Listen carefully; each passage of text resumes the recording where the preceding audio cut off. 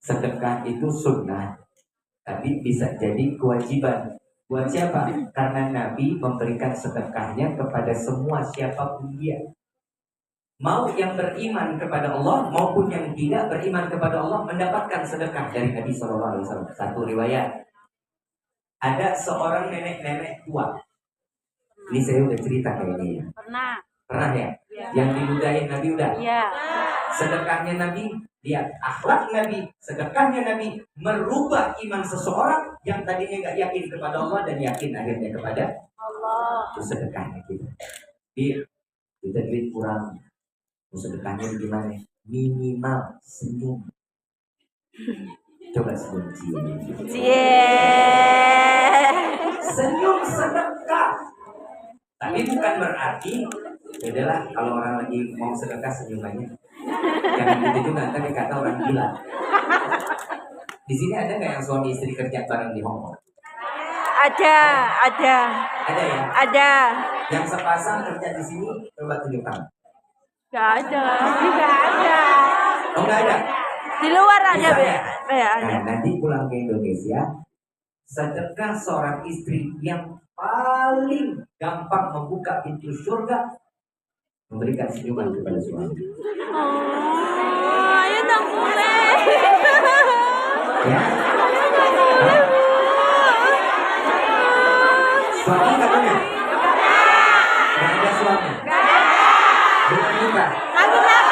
Dengan kaca. Assalamualaikum warahmatullahi wabarakatuh.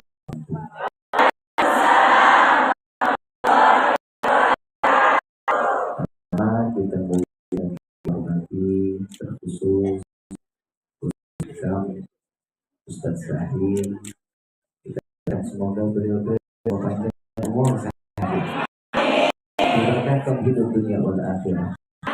Insya Allah mudah-mudahan dengan Allah berikan kelebihan kepada beliau, Allah jaga suaranya dan Allah jadikan penyebab suaranya tersebut Allah turunkan hidayah kepada kita. Amin. Terus kepada pimpinan dan Assalam Bunda Salma, Bunda Endang beserta panitia yang lainnya. Insya Allah mudah-mudahan Allah panjangkan umur, sehat afiat, diberkahkan hidup dunia wal akhirat. Insya Allah mudah-mudahan semua yang hadir di dalam tempat ini tidak keluar dari majlis ini melainkan semua hajatnya dikabulkan oleh Allah, rezekinya diberkahkan oleh Allah, ditetapkan iman Islamnya oleh Allah, dan dimatikan dalam keadaan husnul khatimah. Hamdan li Rabbil hasana bi Muhammadin wa anqadhana min dhulmati jahli wa tayyajiri ila nuril islami wa ilmi wa hikmati wa imani wa yumni wa khairil awamiri. Alhamdulillah ala ni'matil islam wal iman wa kafa biha min ni'mah. Alhamdulillahilladzi hadana bi abdihil mukhtar man da'ana ilaih bil idni wa qad nadana labbaika ya man dallana wahdana. Shalla alaihi Allahu bari'uka alladzi bika ya musyaffa'u khassana wa habana ma'alikal ghari mahdi bisirrikal asma fahum sufulun bijadihim. Labbaik ya Rasulullah, labbaik ya Nurullah, labbaik ya Habibullah. Pertama-tama limpahan puji serta syukur kita panjatkan kehadirat Allah Subhanahu wa Ta'ala yang Maha Agung, yang Maha Luhur, yang Maha Bijaksana, yang alhamdulillah di siang menjelang sore yang penuh dalam keberkahan ini Allah masih izinkan kita mencicipi dari sekian banyak miliar nikmat Allah kepada kita. Khususnya nikmat Islam, nikmat iman, nikmat sehat walafiat, nikmat umur panjang ya insya Allah. Mudah-mudahan kenikmatan ini tidak Allah hapus sampai ajal menjemput. Amin. Dan kita minta juga kepada Allah mudah-mudahan tidak keluar dari majlis ini kecuali semua dosa kita diampuni. Diganti dengan pahala yang berlimpah. Allah kabulkan segala hajat dunia maupun akhirat. Doa yang selama ini kita minta maupun yang lupa kita minta semua diijabah oleh Allah. Amin. Ayuhal hadirun jamaah rahimakumullah. Alhamdulillah kita jumpa kembali dalam gelombang cinta kepada Allah dan Nabi Muhammad SAW. Rifki mau tanya, senang apa enggak? Bahagia enggak? Apa yang buat kita senang, apa yang buat kita senang? Bisa berkumpul.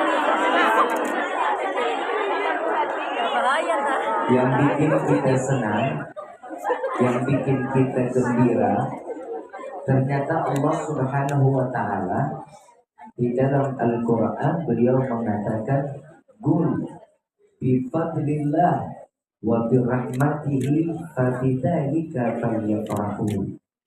Katakan wahai Muhammad, dengan anugerah atau karunia rahmat yang Allah curahkan kepada setiap hamba, maka bergembiralah.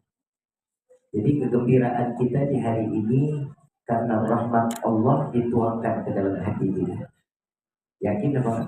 Yakin. Ada satu kisah di zaman dahulu, di zaman Nabi Abdullah bin Husain bin Fahim di Hadramut. Beliau setiap kali ngajar muridnya kurang lebih paling sedikit 2000 orang. Zaman dulu bicaranya nggak pakai mic. Kalau sekarang pakai mikrofon aja masih ada yang ngobrol. Ini setiap beliau udah memulai Bismillah, itu semuanya nih. Dan saat beliau mulai memberikan ilmunya, semuanya nyimak dan 2000 orang itu pulang bawa ilmu yang bermanfaat. Ada satu orang yang gak pernah sholat, gak pernah ngaji, gak pernah dekat ulama, hidupnya maksiat, tukang bunuh orang, tukang minum, semua kemaksiatan dijalani. Umurnya sudah lebih dari 60 tahun. Datang ke majlis Habib Abdullah bin Husain bin Fahim bukan niat untuk menimba ilmu, tapi nyari orang untuk ditagih utangnya. Mudah-mudahan di sini nggak ada yang begitu. Amin. Datang untuk nagih utang. Niatnya kalau orangnya ketemu ditagih utang, dia nggak bayar, niatnya mau dibunuh. Berarti niatnya udah nggak baik betul-betul. Sampai keluar majlis tersebut, tiba-tiba ini orang yang nggak pernah ibadah, pulang ke rumah nangis-nangis, nyari sejadah, gelar sejadah, sujud kepada Allah. Sujud dan menangis, tidak diangkat kepalanya di hadapan Allah. Lalu keluarganya bingung. Ini tumben orang tua saya kok bisa sampai sujud sebegini lama dan menangis. Dipanggil Ustadz, tanya, Ustadz ini lihat orang tua saya kenapa? Ditanya, Pak ada apa? Bimbing saya Ustadz untuk bertaubat kepada Allah. Tiba-tiba mau bertaubat kepada Allah. Lalu ini Ustadz lari ke Habib Abdullah bin Husain bin Fahim. Beliau mengatakan, Habib, ini ada orang yang kita tahu, mudah-mudahan Allah tutup aibnya, katanya.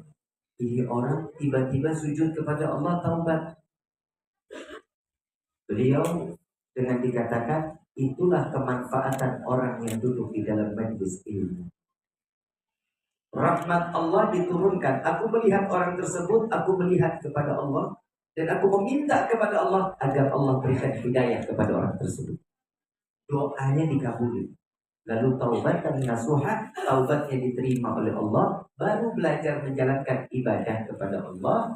3 hari kembali kepada Allah dalam keadaan sujud di hadapan Allah. Matinya husnul khatimah. Ini orang yang duduk di dalam majlis ini. Siapapun dia, bagaimanapun keadaannya, sebesar apapun dosanya, pasti orang yang duduk di dalam majlis ilmu semua dosanya diampuni oleh Allah. Jadi jangan disia-siain. Kalau lagi duduk di dalam majlis ilmu atau di majlis sholawat, nikmatin pasang niatnya yang baik. Tadi di sisi pertukan ada kan? Yang salah siapa ada? Tadi di sisi pertama begitu juga. Karena berhubung sudah ada, saya tutup ya. Belum nih jam berapa? Ada jam 1. Katanya adanya jam 12 dengan udah sama. Kan lumayan hebat 1 jam. Jamaah majlis as-salamah yang dirahmati dan dimuliakan oleh Allah. Manusia kapan mendapatkan rahmat Allah? Jika seseorang sudah ruhnya terlepas dari jasad, dia baru menyaksikan dan merasakan kemanfaatan ilmu. Kita mah dengan ilmu mas sering. Salat 5 waktu tahu hukum. Puasa bulan Ramadan tahu hukum. Zakat kita tahu hukumnya. Haji jika mampu kita tahu. Tapi kok berat buat ngejalaninnya. Setiap manusia yang bisa membuat dirinya akan dihormati, akan diberikan kemuliaan, sedikit amalan di dalam hidup tapi bermanfaat. Ibadah kita kan kadang suka ngaco. Padahal di dalam sholat kita ikrarkan inna sholati wa mahyaya wa mamati semuanya ya Allah, aku serahkan hidupku, matiku, sedekahku, zakatku, sholatku, semua aku serahkan kepadamu. Tapi begitu Al-Fatihah, kompor belum dimatiin ini, sendal menggeletak di mana kita ini, lukisan miring kita tahu. Tapi ini ternyata bukan di zaman kita aja, dulu udah begitu. Waktu Sayyidina Ali karramallahu wajhah menjadi khalifah, seorang khalifah setelah wafatnya Rasul sallallahu alaihi wasallam, itu masa-masa krisis orang ibadah. Waktu zaman Sayyidina Umar, kalian masjid kosong. Kalau waktunya lagi habis selesai sholat, kalau dulu ada Nabi, ada majlis ilmu, kumpul bersama Rasulullah. Begitu Rasulullah nggak ada, masjid sepi. Repot sama dagangannya, sama kayak di sini. Ada yang dagang. Yang penting kalau lagi taklim gini, jangan dibuka dulu dagangannya. Lu baru dibilangin, lu lagi mau kemarin.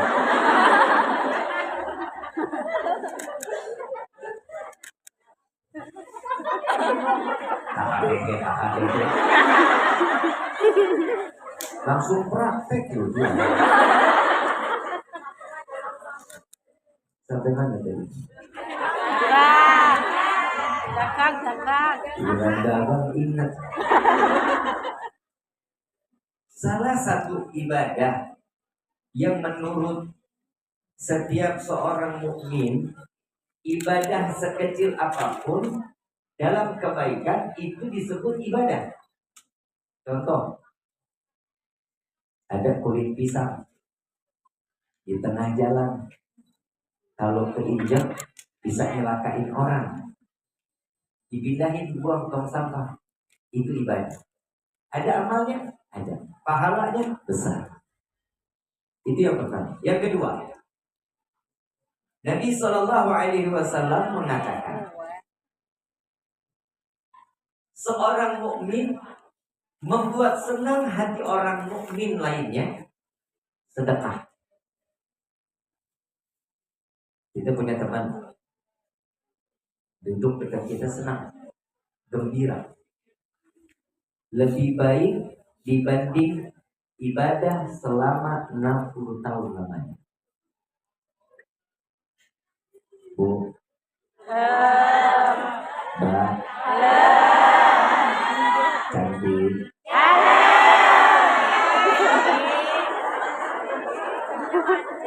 Usahakan duduk bersama kawan bikin nyaman.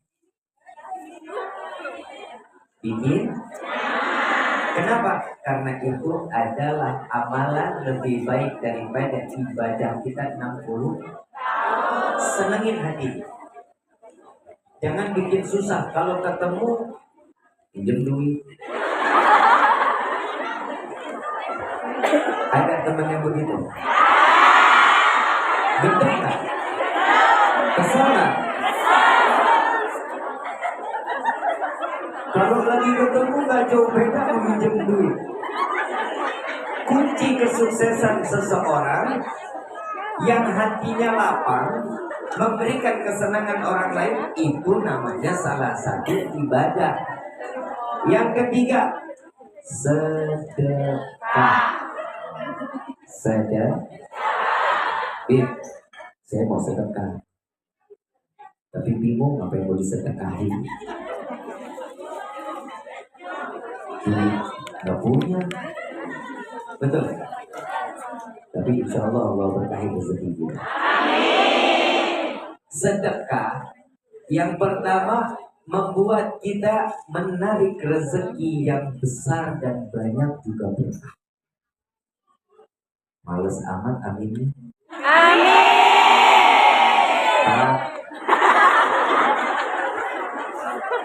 Ngantuk deh.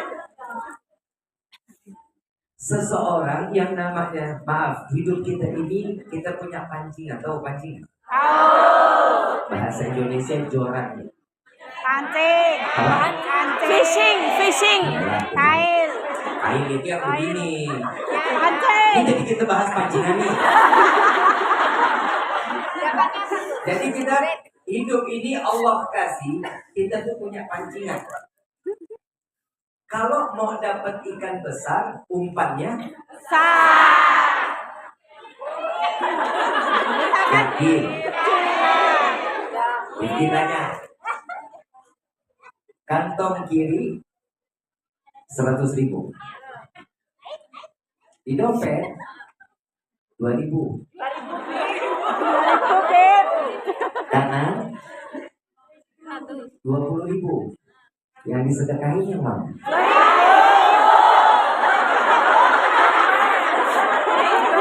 Padahal yang gampang ada di kanan, ada di atas, tapi tetap yang dicari yang susah. Yang di dalam dompet, dompetnya di dalam tas. Hah?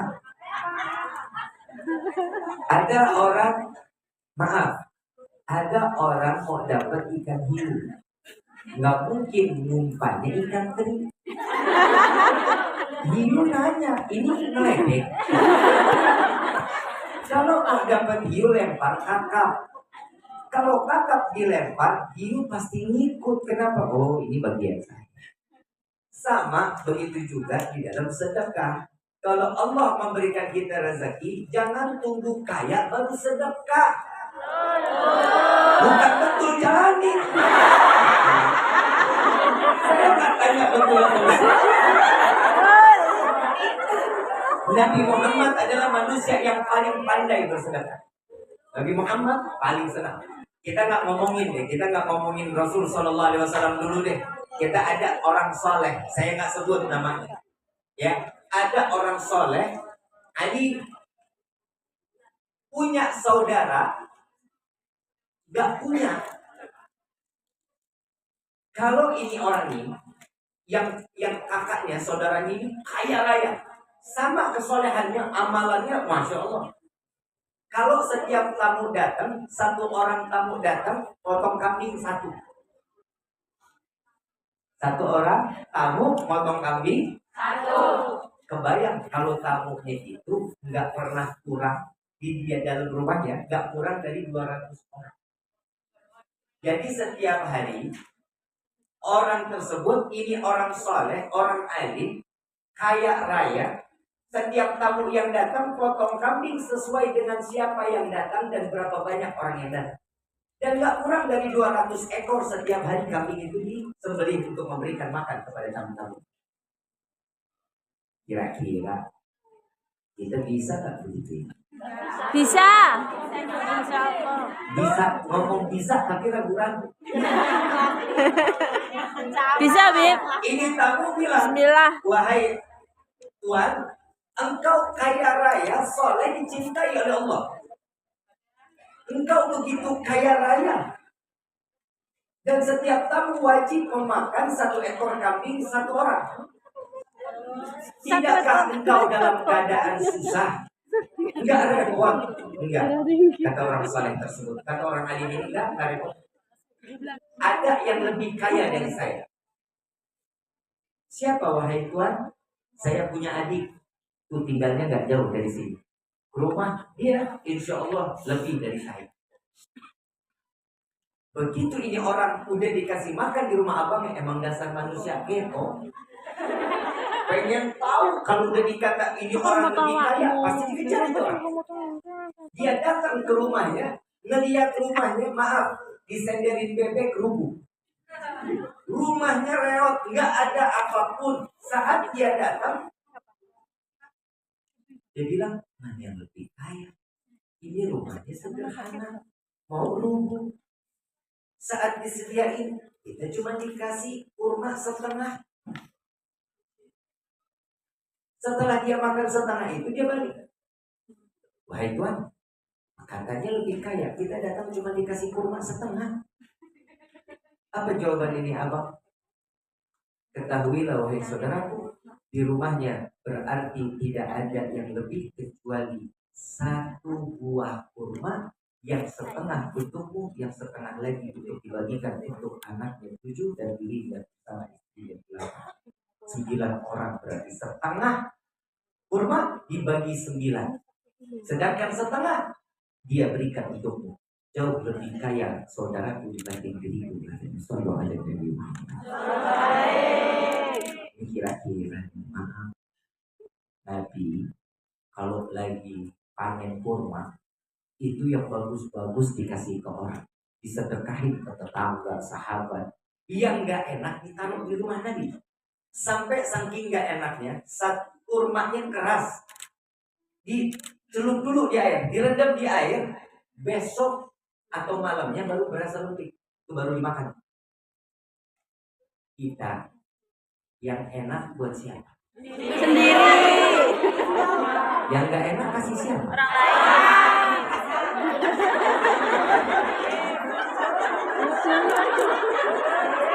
Betul. Yang enak buat siapa? Yang nggak enak? Pantesan rezeki kita segini-gini. Coba dirubah. Yang enak kasih orang, yang nggak enak, ya tapi nggak bakal mungkin juga sih. Jangan sampai kehidupan kita ini dikatakan oleh Allah di dalam Al-Quran, amilatun nasibah. Amalan yang disia-siakan, amalan yang tidak memberikan kemanfaatan buat diri kita. Ini hati-hati.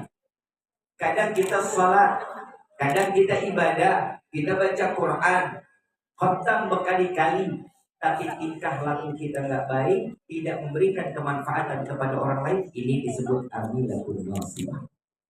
Amalan yang disia-siakan oleh Allah. Na'udzubillah. Nabi Muhammad Sallallahu Alaihi Wasallam. Kalau saya bilang, kalau kita baca di Sirah Nabawiyah, Nabi Muhammad ini orang paling kaya dunia akhirat. Padahal kalau di dalam riwayatnya, Nabi Muhammad itu kadang banyakkan puasa. Kalau kita, pantesan seger-seger banget. Kita lebih banyak makan dibanding ibadah. Saat Nabi Shallallahu Alaihi Wasallam, kenapa dibilang orang yang paling kaya? Nabi Muhammad tiap pagi, siang, malam memberikan makan ahlu suffah. Nabi buka pintu, itu ada ahlu suffah di dalam masjid. Kurang lebih 80 orang. Ketuanya Abu Hurairah. Ketua ahlu suffah adalah Abu Hurairah. Abu Hurairah, ahlu suffah ini kurang lebih 3 hari nggak makan. Dalam keadaan lapar, ahlu suffah nggak berhenti di dalam beribadah kepada Allah. Beliau ini sebagai ketua mau ngasih makan kepada ahlu suffah ini kemana lagi? Begitu dia keluar, melihat ada Sayyidina Abu Bakar Siddiq radhiyallahu anhu. Tatkala beliau datang, wahai Sayyidina Umar, ya namanya manusia kan basa-basi dulu. Nggak mungkin dong langsung minta. Ketemu teman, ada makanan nggak? Ada nggak yang begitu? Ada. Kalau nggak ada otak. Ya. Ini biasanya teman yang tarik, biasanya sahabat kalian begitu tuh. Iya. Ada makanan apaan? Bagi dong kan gitu ya. Ini Abu Hurairah. Abu Hurairah ini meninggikan adab dibanding kebiasaan. Begitu ketemu Sayyidina Abu Bakar Siddiq, basa-basi dulu. Wahai sahabat Rasulullah, aku ingin bertanya tentang ayat di mana ayat ini, tolong tafsirkan ayat ini kepada. Dijelasin sama Sayyidina Abu Bakar kurang lebih 2 jam. Kebayang nggak? Perut lagi lapar, tafsirin ayat 2 jam. Ya, jawabannya ya. Oh ya. Setelah ditafsirkan, ditanya sama Sayyidina Abu Bakar. Biasanya Sayyidina Abu Bakar tanya, Ahlus Suffah udah pada makan apa belum? Belum. Nggak taunya nggak ditanya itu sama Sayyidina Abu Bakar. Ditanya, ada lagi yang mau ditanyain? Nggak ada, udah cukup. Nggak boleh. Begitu nengok lihat Sayyidina Umar, lari ketemu Sayyidina Umar. Basa-basi lagi. Ya, wahai sahabat Rasulullah, aku ingin bertanya tentang hadis Nabi Sallallahu Alaihi Wasallam. Ayat mungkin 2 jam, kalau hadis kan dikit, mungkin nggak terlalu lama. Nggak taunya dijabarin lagi sama Sayyidina Umar 4 jam. Jadi 2 jam ayat, 4 jam. Ini lebih panjang ayat. Ini apa hadisnya? Ditafsirinnya lebih panjang. Dan biasa Sayyidina Umar kalau udah setelah menjabarin ditanya, udah makan apa belum? Itu hari nggak ditanya lagi. Yang ditanya, ada lagi kah yang mau ditanyakan? Gak ada, udah cukup. Begitu nengok ngeliat Rasulullah, lari ketemu Rasulullah. Begitu ketemu Rasulullah, saya nggak bakal tanya ayat, saya nggak bakal tanya ini.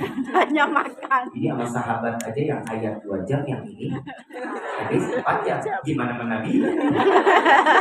Langsung ketemu Rasul, langsung mengatakan, ya Rasulullah, ada makanan nggak di rumah? Gak pakai basa-basi lagi. Rasulullah tanya, emang kenapa? Ahlus Suffah belum pada makan udah 3 hari ya Rasulullah. Baik, ditanya, wahai Ummul Mukminin Siti Aisyah radhiyallahu anha warḍaha, adakah makanan di dalam rumah? Ada. Ya Rasulullah, ada 1 mangkuk susu kambing. 1 mangkuk? Mangkuk seberapa sih banyaknya?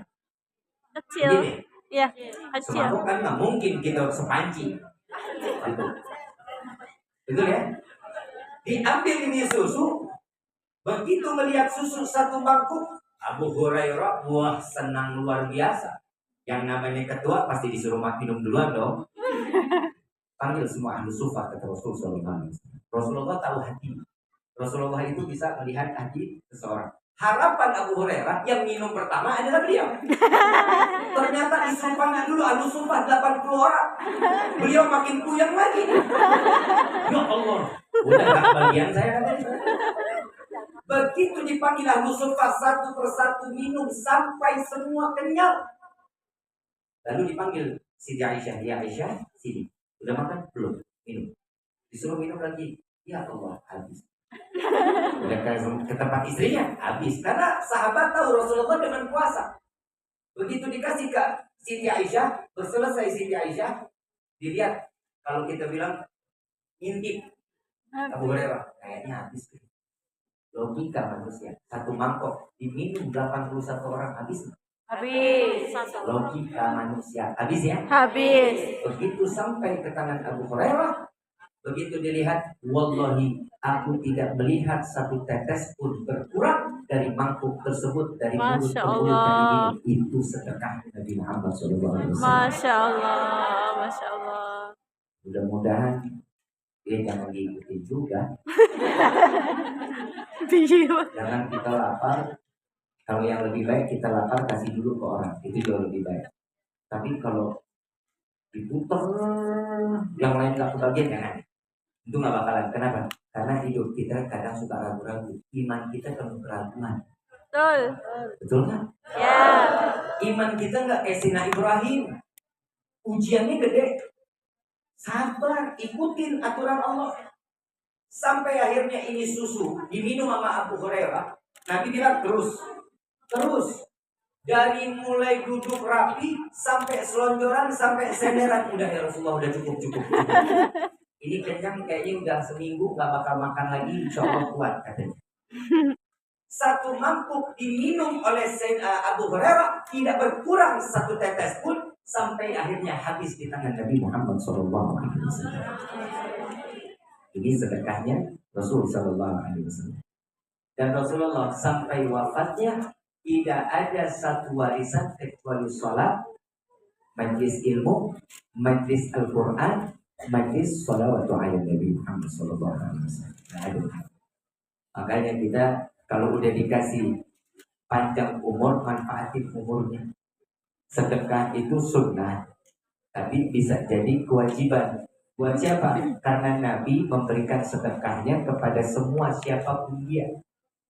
Mau yang beriman kepada Allah maupun yang tidak beriman kepada Allah mendapatkan sedekah dari Nabi SAW. Satu riwayat, ada seorang nenek-nenek tua. Ini saya udah cerita kayaknya ya. Pernah ya? Yang diludahin Nabi udah. Iya. Sedekahnya Nabi, lihat akhlak Nabi, sedekahnya Nabi merubah iman seseorang yang tadinya gak yakin kepada Allah dan yakin akhirnya kepada Allah. Itu sedekahnya kita. Kita duit kurang. Sedekahnya gimana? Minimal senyum. Coba senyum. Senyum sedekah. Tapi bukan berarti adalah kalau orang lagi mau sedekah senyumannya. Jangan gitu juga, nanti kata orang gila. Di sini ada nggak yang suami istri kerja bareng di Hongkong? Ada. Ada ya? Ada. Yang sepasang kerja di sini, coba tunjukkan. Gak ada. Gak ada. Oh nggak ada? Di luar ada. Bisa, ya? Ya, ada. Nah, nanti pulang ke Indonesia, sedekah seorang istri yang paling gampang membuka pintu surga, memberikan senyuman kepada suami. Oh, ayo dong boleh. Ya? Suami nggak punya? Nggak ada suami? Belum nikah? Punya pacar?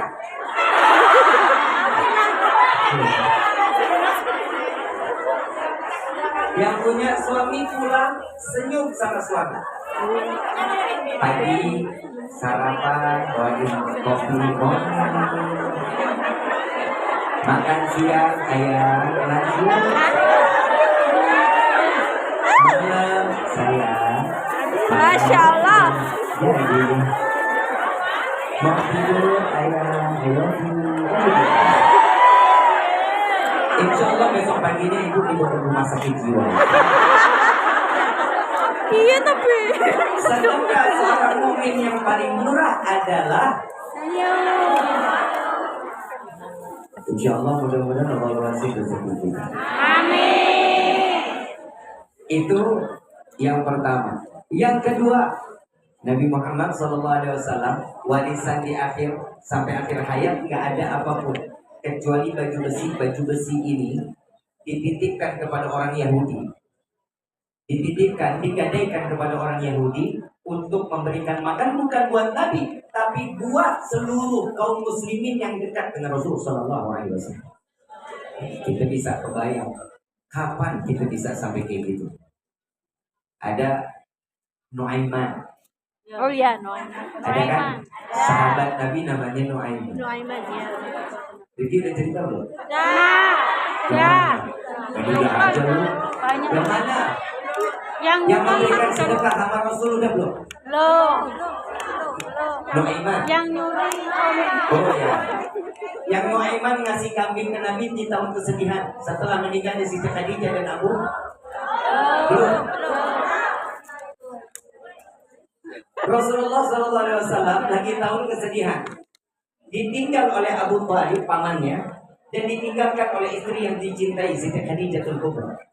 Di tahun kesedihan itu nggak ada yang berani untuk datang ke Nabi untuk menyampaikan apapun kepada Nabi, nggak ada yang berani. Kenapa? Karena Nabi sedih. Tapi ini orang Nuaiman nggak ada istilahnya, nggak pengen lihat Nabi sedih, pokoknya nggak mau. Gimana caranya Nabi dilihatin sama Nabi? Oh, saya cari tahu nih apa kesenangan Nabi. Ternyata dia paham betul Nabi ini paling suka kambing muda. Nabi paling senang kambing muda. Dia datang ke salah satu sahabat, kalau nggak salah namanya Zaid bin Harisah atau Zaid bin Sabit. Beliau ini penjual kambing. Begitu dibeli, diambil, wahai Zaid, saya mau kambing 2 ekor. Tolong sampaikan kepada Rasul SAW, bilang hadiah dari saya. Begitu dia datengin ke rumahnya Rasulullah, diketok pintunya. Assalamualaikum ya Rasulullah. Waalaikumsalam. Begitu ngelihat ya Rasulullah, ini ada hadiah dari Nuaiman katanya. Ini ada kambing 2 ekor, hadiah dari Nuaiman. Di situ pertama kali Nabi tersenyum.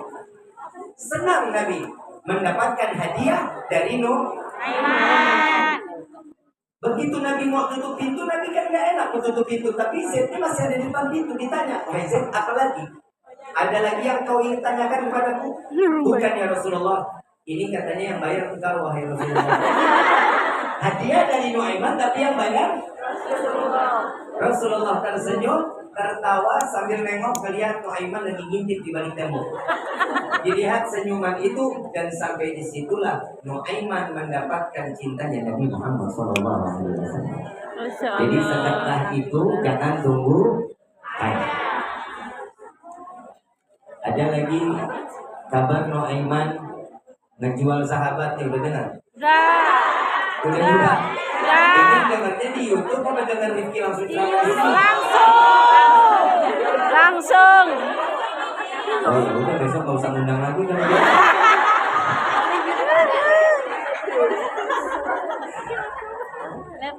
Jamaah majlis Assalamualaikum dan dimuliakan oleh Allah.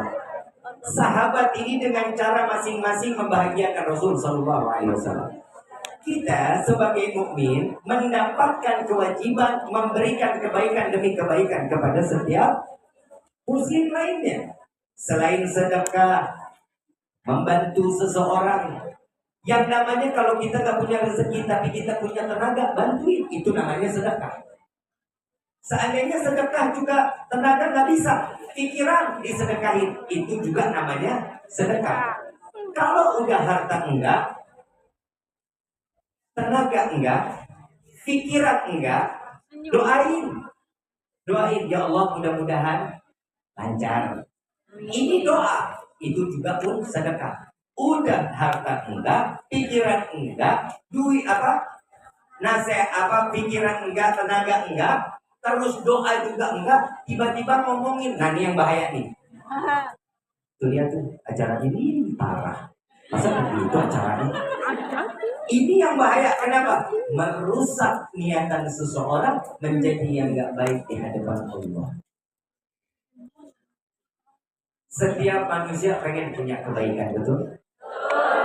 Yakin gak sama Allah? Yakin. Setiap kesulitan ada Allah kasih jalan keluar, yakin apa? Yakin.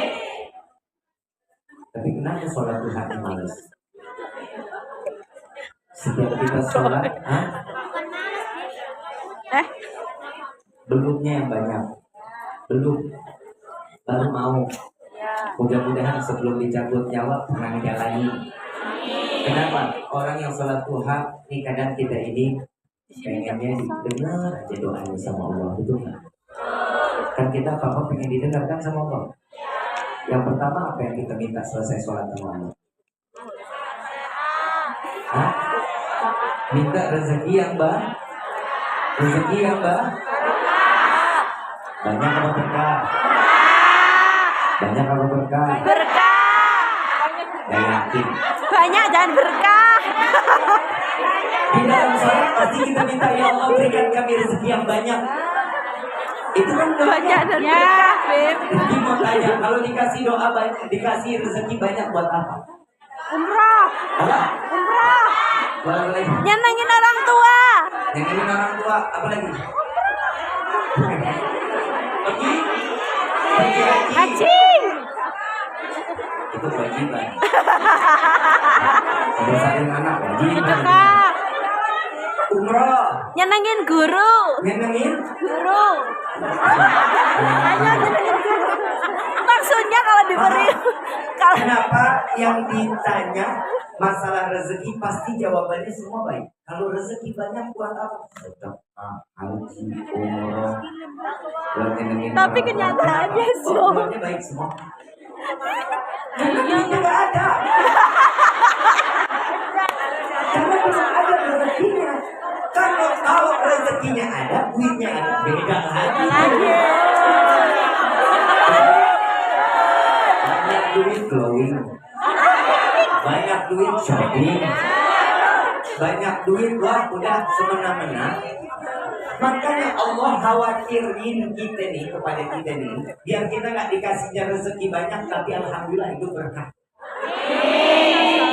Tahu arti berkah? Apa? Gak tahu, Beb. Cabai tahu? Cabai tahu? Apa bahasanya? Keplek. Bahasa Hongkong? Laciu. Laciu. Laciu. Cengeng. Keplek, Beb. Ya, cabai lah ya. Laciu cengeng. Pernah lihat cabai? Bisa kelihatan cabainya? Rasanya apa?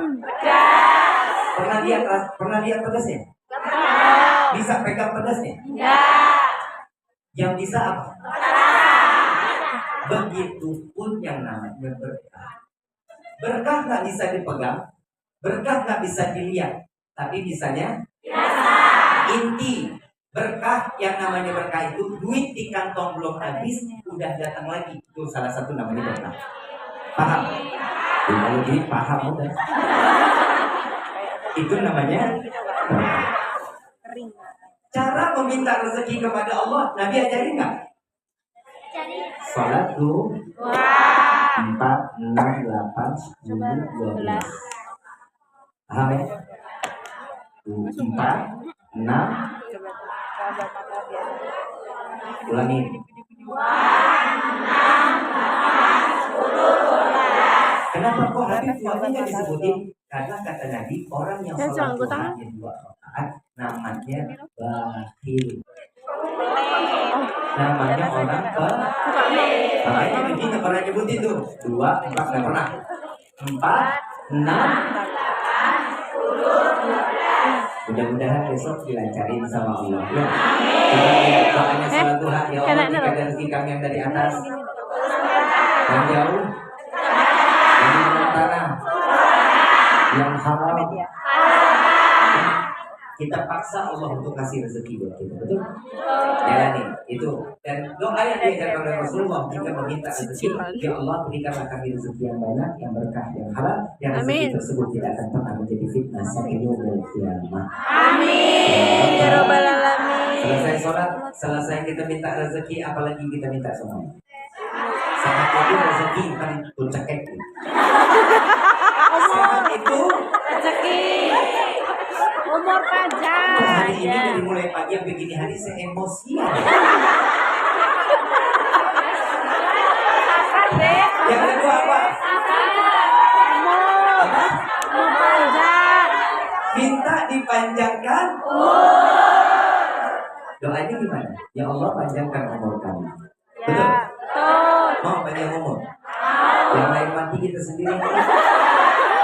Mandi sendiri, pegang kapak sendiri, kemudian sendiri, Ya gak mau tapi. mati kita aja masih hidup. Gak mau. Hati-hati, salah doa dikabulin sama Allah selesai. Mintanya apa? Ya Allah, panjangkan umur kami dalam taat ibadah kepadamu. Ini umur yang manfaat. Ini yang diajarkan oleh Rasul Sallallahu Alaihi Wasallam. Emang ada doa yang salah? Ada. Sahabat Rasul Sallallahu Alaihi Wasallam, salah satunya sholat di belakang Nabi, perang Uhud, perang Badar bareng sama Nabi. Tiba-tiba 3 bulan Nabi nggak ketemu, ditanya, kemana sahabat yang biasa sama kita? Ya Rasulullah, yang aku dengar sakit. Diziarahin sama Nabi, ngelihat yang tadinya badannya jadi kurus, yang besar, gagah, tiba-tiba tinggal kulit dengan tulang.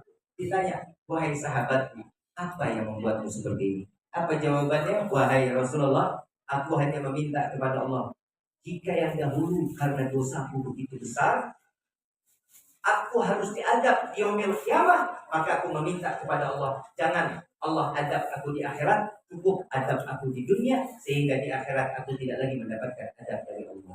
Dengarnya sih benar, dengarannya doanya. Tapi apa kata Rasulullah? Siapa wahai sahabatku yang dapat menerima adab Allah? Gak ada yang sanggup kita menerima azab Allah. Makanya kita diajarin tuh doanya Rabbana Atina fid dunya hasanah wa fil akhirati hasanah wa qina adzabannar. Ini doa yang diajarkan Rasul Sallallahu Alaihi Wasallam.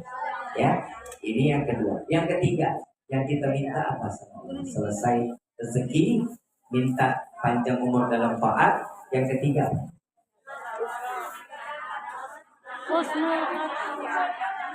yang ketiga ini paling sering mintanya surga. Ya Allah, masukkan kami ke dalam surga. Mau masuk surga? Mau. Ditanya, tolong jawab. Sekali lagi, mau nggak masuk surga? Mau. Emang pantas?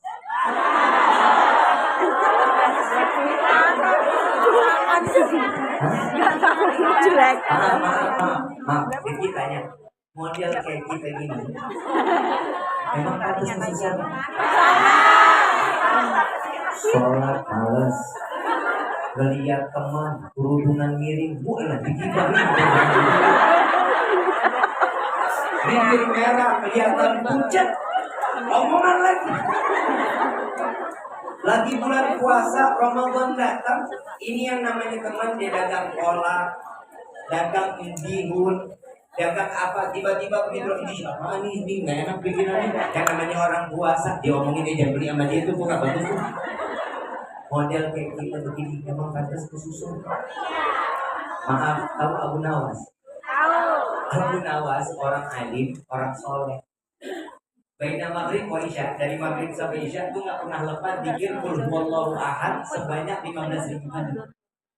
Dikirnya salah satunya qul hu 15.000. Setiap satu rakaat sholat khatam Quran. Woi, khatam Quran. Satu rakaat sholat khatam Quran. Dari maghrib sampai isya salah satu zikirnya apa? Berapa kali? Tahu doanya Abu Nawas? Apa enggak? Mungkin kita tahu tapi kita nggak tahu kalau ini doanya Abu Nawas. Hafal tapi nggak tahu kalau ini doanya Bu. Ilastuli firdausi ana wala akwana nair jahili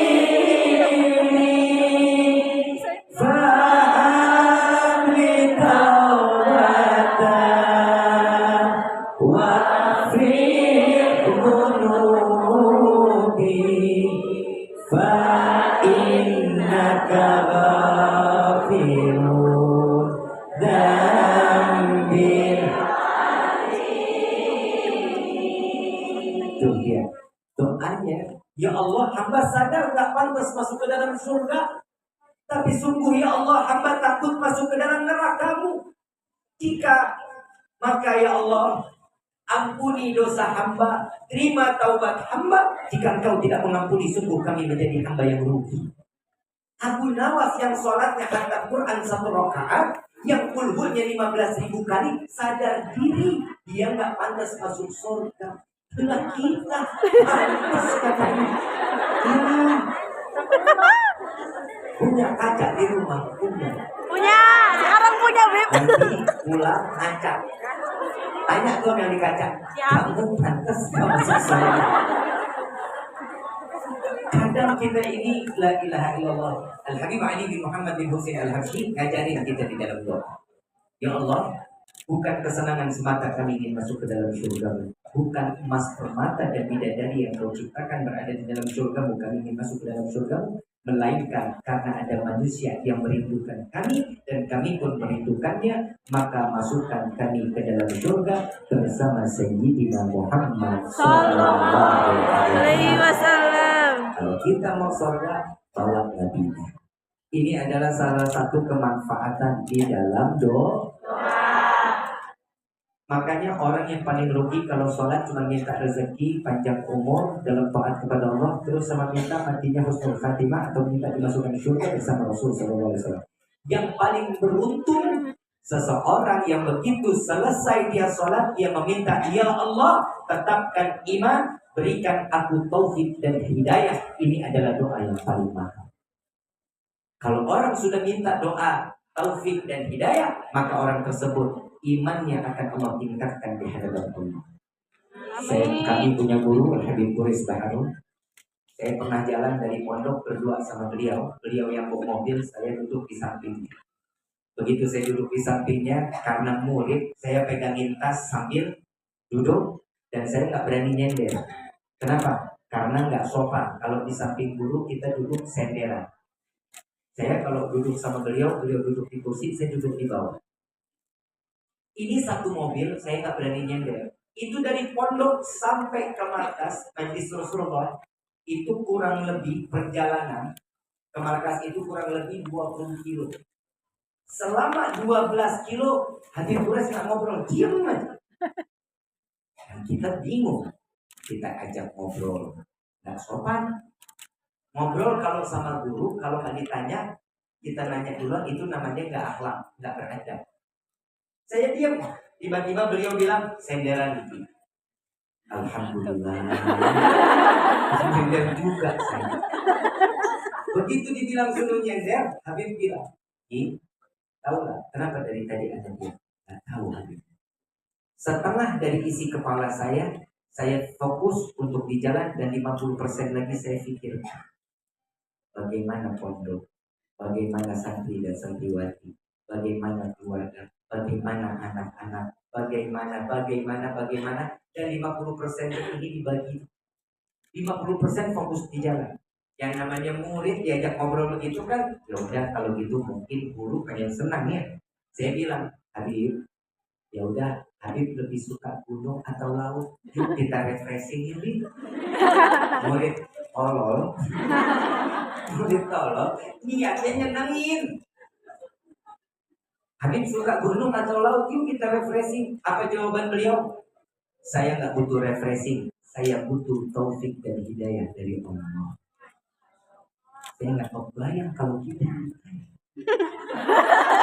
setengah pikiran saya gaji, setengah pikiran lagi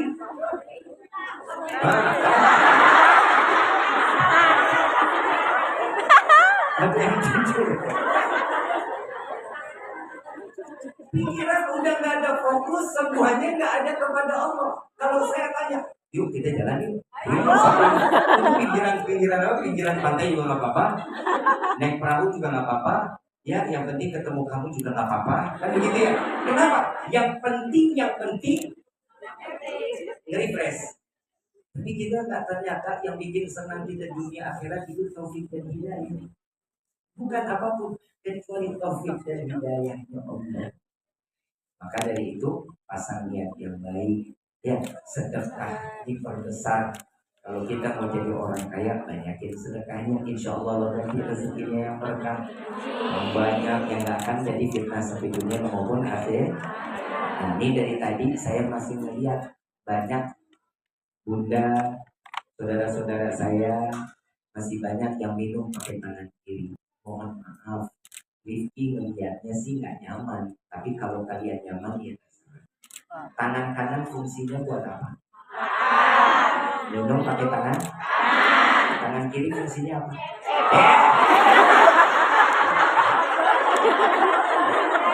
Istinja. Langsung cebok.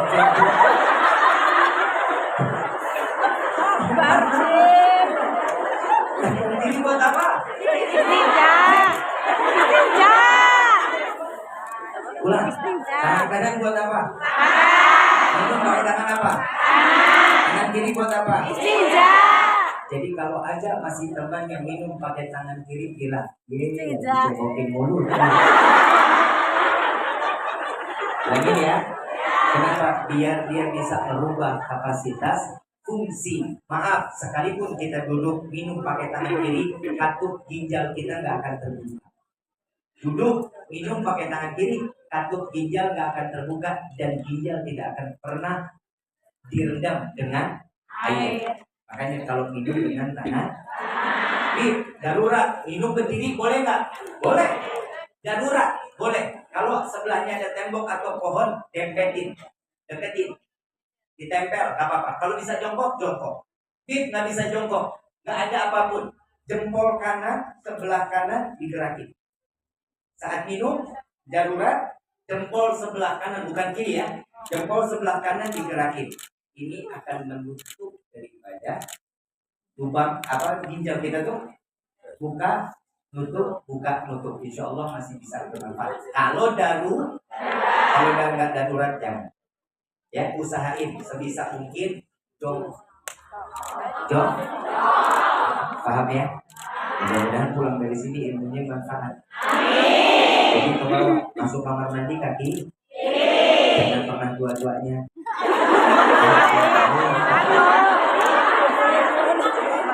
Paham ya? Insya Allah. Baik, sampai di sini. Lanjut. Lanjut. 5. 5, Beb. Nah, ini dapat kabar baik nih. Dapat kabar baik. Karena Habib Rifki ini terakhir. Ini terakhir. Jadwalnya hari ini terakhir. Besok Habib Rifki pulang. Benar kan tidak? Nah, emang ini jadwal terakhir kan besok kan jalan. Insya Allah ketemu lagi bulan Februari awal. Insya Allah balik lagi. Kira-kira bakal ketemu lagi. Tapi sampai nggak sama teman-teman yang lain. Insya Allah Februari awal bulan. Insya Allah Rifki balik lagi sama Kak, sama Ustaz Sahir, dan insya Allah Rifki bawa anak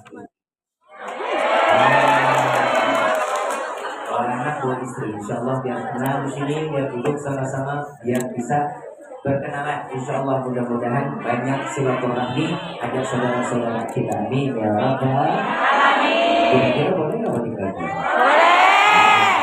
Di situ tadi ada santri-santriwati dari Al-Makmurah. Ya, Al-Makmurah ini, santri Al-Makmurah ini ada di dalam kabupaten kami, di Kabupaten Kuningan, pimpinan Kiai Haji Iing Ramli. Insya Allah mudah-mudahan beliau menjadi santriwati yang berkah. Kenapa? Karena saya sama kiainya bersahabat betul-betul.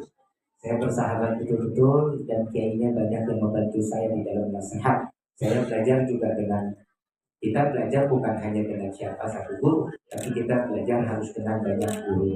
Ya, jangan dilihat kalau di sini Rifki sebagai guru, anggap Rifki dan kawan-kawan ini adalah sahabat dunia, sahabat akhirat. Amin. Insya Allah. Nah, sampai di sini ada yang mau ditanyain, Fadil? Ada yang mau nanya apa? Ya.